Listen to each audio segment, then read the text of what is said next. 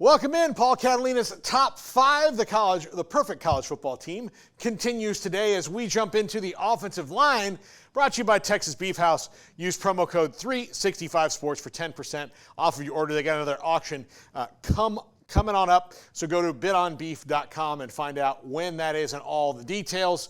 Let's dive into the offensive line, the most important position on the team, and not just because I was a former, 1.5 string left guard in my days at Bishop Verrill High School. Not first, not second, somewhere in the middle.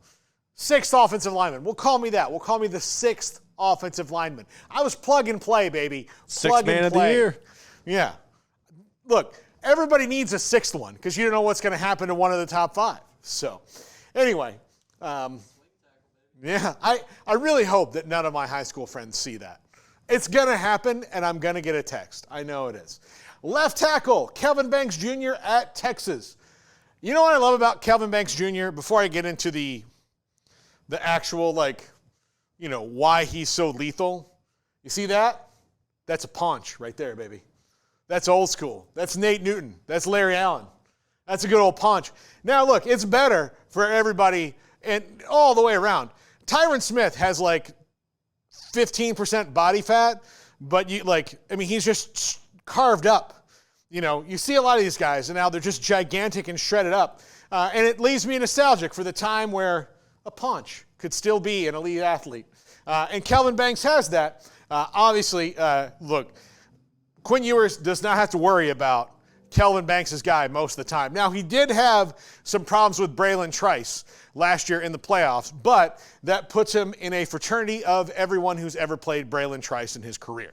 So, and that was just one of, maybe his worst game of the season. Most of the time, you could really rely on him. And this is one of the better players in the country. Again, going to be a high draft pick, going to be a really high draft pick. That's not necessarily going to be the case for everybody on this list, though. As we get to the next couple days, you'll see. But Kelvin Banks at Texas is my left tackle. Now, even though he's probably playing left tackle at LSU, I'm going to take Will Campbell as my right tackle. Because I feel he's got nice position flex. He's also probably going to wind up seeing some time at guard when he gets to the next level, I would say, because he's built like a guard. Also, guess what? Punch there. And that'll go away when he gets to the NFL. But Garrett Nussmeier, this is his best friend in the entire world.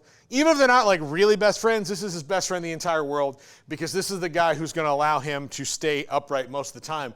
This is the guy who, if you watch back film, I watched back some today, some game film, on a lot of Jaden Daniels' big runs last year, he would watch where 66 was going, and if 66 knocked a guy into a place where he knew he could get past, he ran.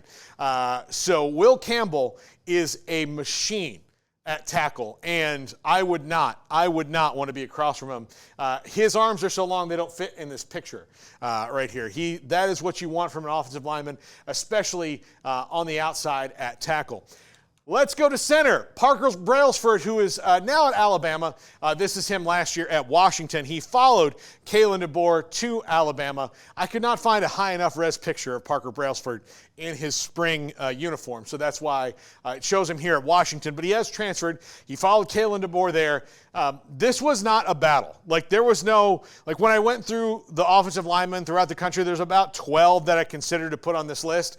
There was one center I considered on this list, and it was Parker Brailsford, who is very good. I think the best interior offensive lineman in the country, and someone who really knocks people around and is the field general for that offensive line so well at Washington. They played great last year. And maybe the biggest get in the transfer portal, I think, for Kalen DeBoer when it comes to installing his culture and having a center that can help his quarterback understand the new systems he's going to be running. Jalen Milroe really liked playing with Parker Brailsford. He's thrilled. And it's not like he was playing with slouches before, but they needed a center, and they went out and got the absolute best one they could get.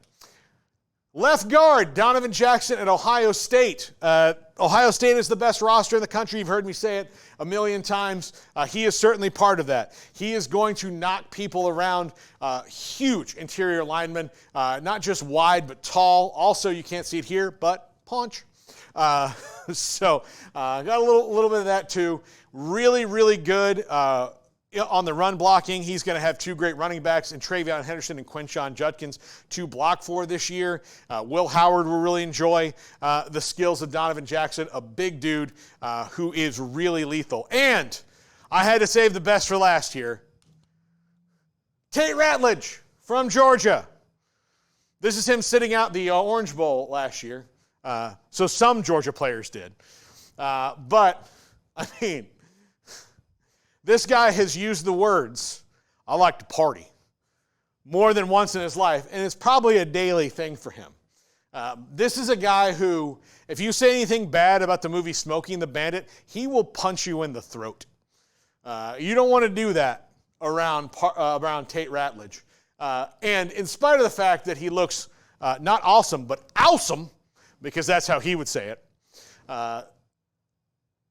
honestly, he has gotten in a fight over a Dodge Charger. I promise you that this guy has gotten in an actual argument, and maybe a physical fight in his life, over which year of Dodge Charger is better, or what is better, a Charger or a Camaro.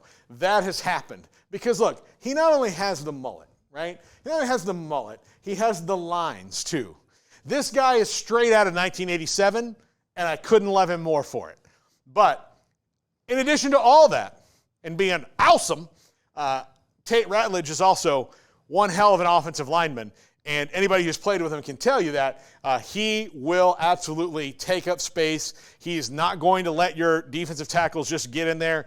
He is great at picking up the blitz as well, because one of the things that I think people do with Georgia a little bit more is take some chances, because you got to.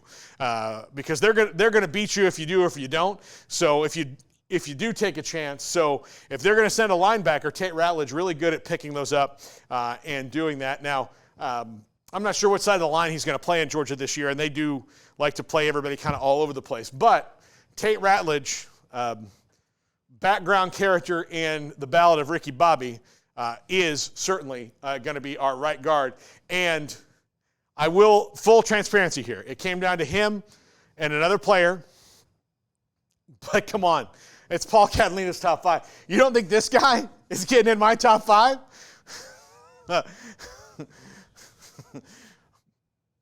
Billy Ray Cyrus here?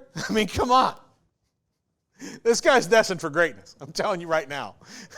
We will see him at an Eddie Money concert soon. No, Eddie Money's dead, isn't he? That's too bad. Rest in peace, Eddie Money. We miss you. This is the top five. We had a great show today. Thanks for watching. We're going to wrap it up right now. I'm going to wrapping it up. Thanks to Craig. Thanks to Adam Rittenberg. Thanks to John Machota. Had a fun time. Have a great week, everybody. We'll be back again tomorrow. We're going to have Houston's new athletic director on the show at some point. We're still trying to finalize the time. So that's coming up. And, of course, thanks to Texas Beef House for the top five. Have a good night, everybody.